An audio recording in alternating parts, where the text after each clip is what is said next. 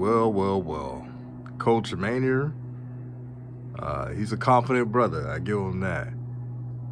But he has a lot to say about Jackson State and how their offense is worse this year than last year. I wonder what made him choose to say that.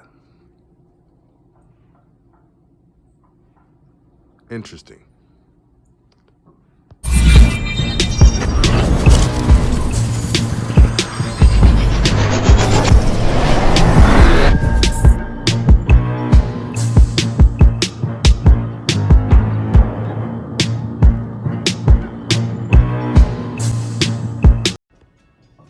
This is DJ's Raw and Cut Truth, giving you the raw content that you deservedly need. And today we're going to talk about, again, Jackson State and Alabama A&M. So, Coach Prime, as well as Coach Maynor, has made a couple of press tours. This is a big weekend. Both teams are vying for victory, and it's very important. We all know why it's important. Number one, it's a conference game. Number two, FAMU is improving every week. And you don't want to give FAMU any life that they already have. FAMU, I've talked to plenty of FAMU fans. They're very confident, as they should, that they could win the rest of the SWAC games. And let's say Jackson State loses against Alabama A&M or vice versa. In FAMU's mind, they believe they could win the rest of this conference. The best thing that ever happened to Jackson State was playing FAMU in week one, because I think they have it figured out. The offense still needs to get better, but the running game is solid. The defense is top notch. There's not going to be any type of receivers that can beat that team deep. Alabama State tried the longest. Tried the most, and still didn't work. But back to this topic. So Coach Maynor pointed out that Jackson State's offense last year was better than this year. And as a fan that watched sports, we could get caught up in the moment and look at the offense breaking down, offensive line breaking down, not completing plays, having penalties, boneheaded mistakes. We agree on that. But last year's offensive line was atrocious. Even more so this year. The difference is the spring season, not everybody was full tilt. And I'm going to give props to Alabama A&M. They did win the conference last year, so I'm not taking anything away from them. But let's be real now. There were some teams that opted out. Alcorn State opted out. It was the defending 2019 SWAC champions. FAMU wasn't in that conference. Or Bethune-Cookman. I know Bethune-Cookman is struggling, but they have athletes. They ain't going to let these teams roll over them too long. So this year is different. The spring season is not the same as the fall. If you look at Jackson State's roster, it's improved on offense. The problem is they're missing something. They're missing that physicality on the offensive line. They're missing the physicality with the receivers. They're not separating because they're not beating the press. They're not beating their man. That's all mentality right there. That's all mentality. But here's a clip of Connell Maynor talking about Jackson State, and I'll chime in. We went down to Grambling, and we knew it was going to be a tough environment. Their homecoming, they had to get backs up against the wall there. They had a loss. So we knew they was going to fight. Coach Fobbs was going to have those guys ready. And we went out and did what we wanted to do. We got out to a 14-zip lead and wasn't able to sustain it. Then they went on a 24 unanswered scoring barrage and was up 24-14 at halftime. And so we said we got to go in and readjust. And actually the defense was playing good. The offense was just putting them in bad situations. We had a penalty after touchdown, marked off 15 yards, so they got to start at the 50. Then we turned the ball over, gave it to them on that side, and they did a sky kicking, recovered it, had a short field, and hit the quarterback. He fumbled. They scooped and scored, and so just seemed like everything could go wrong for us did, and everything go right for them did. But you got to take your hats off to Coach Favre. He had his guys ready to play, and so they came out, scored first in the third quarter, got us down. Then fourth quarter, we tried to make a comeback. We scored twice. And then we got the ball back with 2 minutes and like 15 seconds left, down 6 points. Right where we want to be, as bad as we had played and as good as they played. And we still had the opportunity to win the game. And one of our balls got tipped and intercepted, and that kind of did it for us. So unfortunate, we had 6 turnovers. You're not going to be able to beat anybody with 6 turnovers and 1 on special teams. So really 7 turnovers. You're not going to be able to beat any teams with 7 turnovers, and much less a good football team. So we got to do a better job of taking care of the ball. We've been doing it all year long.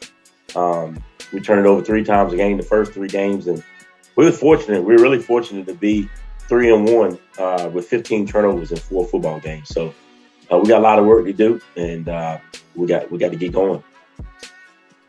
Appreciate those comments, Coach. We'll now open up for questions for Coach Maynor. If you do have any questions for Coach, if you would please utilize the raise your hand feature here on Zoom to get your question in queue for Coach. Our first question goes to Rashad Milligan. Good morning, Coach. How you doing today? Good. How you doing? I'm doing well. Now moving on to next week, bouncing back from last week's loss.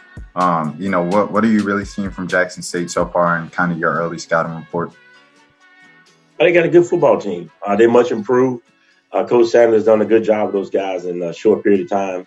The spring of last year and the fall of this year. The biggest improvement, of course, has been on defense. Last year they gave a lot of points. They played a lot of cover 2 and didn't really change anything. And this year they're playing a lot of man. They blitzing. They come from everywhere. They playing fast, and they got a good defense, not giving up a lot of points. So offensively, they're not as good as they were last year for whatever reason. But assured, the quarterback is Deion's son is playing well at quarterback. But for whatever reason, they're just not putting up the points they did last year. So they'll get it worked out. Hopefully not this week. But they got a good football team, and we got to be ready to play, and we will.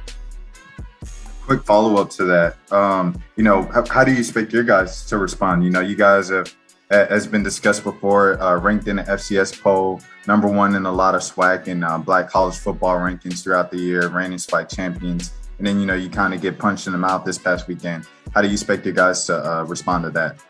Like champions, we're gonna fight back. We're gonna punch back. Aaron Rodgers said it best, man. It's one game. So nobody said we was gonna win them all. Again, take our hats off to Coach Fobbs and congratulate him on a good win at home. But we okay. We still control our own destiny. We lost on to the other side, and so if we can just take care of business this week and the next week, just one at a time, and win out, we still control our own destiny. We're fine. We just got to clean up some stuff. Thanks, Coach. Thank you. Next question goes to Kendrick Marshall. Yeah, Coach, you talked about turnovers being kind of a bugaboo for you guys early in the season, particularly with your quarterback, Akil Glass. He had 4 against Grambling on Saturday. What did Grambling do against him that made Saturday so difficult for him? Well, they just fly around, man. They go hard every play. But it was a lot of tipped balls. I think 3 of the interceptions was tipped. And that's part of the game, though.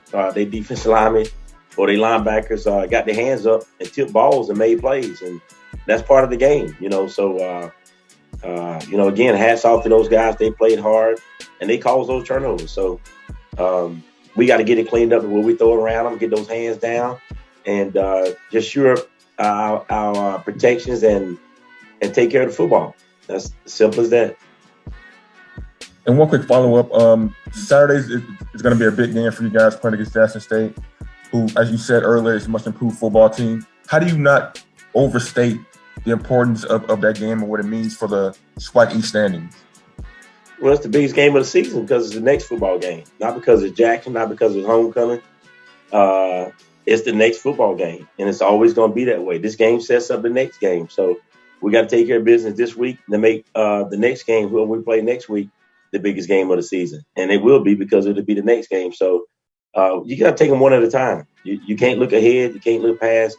It's a tough conference, and you can get beat every week, man. You mess around and look up, you've been lost 3 or 4 in a row. So you got to stay focused and take them one at a time. All right, thanks.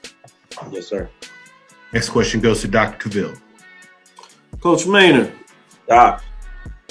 top 5 matchup. I know this is what we do on the media side. We get excited about these matchups, but for you, it's just another game. For the players, you got to keep them focused. Talk about all the things around that, and what do you do over the years to get your team to focus and not worry about being homecoming, not worry about the media talking about top 5 matchups, the game of the week, or television, all that good stuff. That's all good. You want to play in games like that. You want the game to mean something. You want the guys to get fired up. You want those guys to want to practice, want to lift weights, want to watch extra tape, want to do some extra running. You want the game to mean something. You want to be in this position where you got a TV game, you got a big game. It means something. You don't want to be playing in a game where it don't matter if you lose the game, you win the game, the guys ain't fired up, nobody's enthusiastic. This is what we live for. This is what we work for. This is why we come here. And this is a big game this week. And but you got to continue to do the little things. You got to continue to do your film study. You got to continue to work hard in practice. You got to continue to lift weights and work hard, and let all the other stuff fall where it may. We don't worry about the step shows and comedy shows and all the other shows. Our guys ain't going to that. The guys on my football team that go to those things are regular students, okay? If you go to one of those things, you will be a regular student because that's what the regular students do. That's homecoming is for them. It's for the alumni. So you want to go to that stuff, that's fine with me. You won't be playing football for A&M. So that's how I keep them focused. Makes sense, Coach. No problem. I'll make sure I let all of y'all know how all those things went. All right. Okay. Take care, Coach. Good luck this weekend. Thank you for Thank you, man. Appreciate it. Currently taking questions for Coach Maynor with Alabama A&M.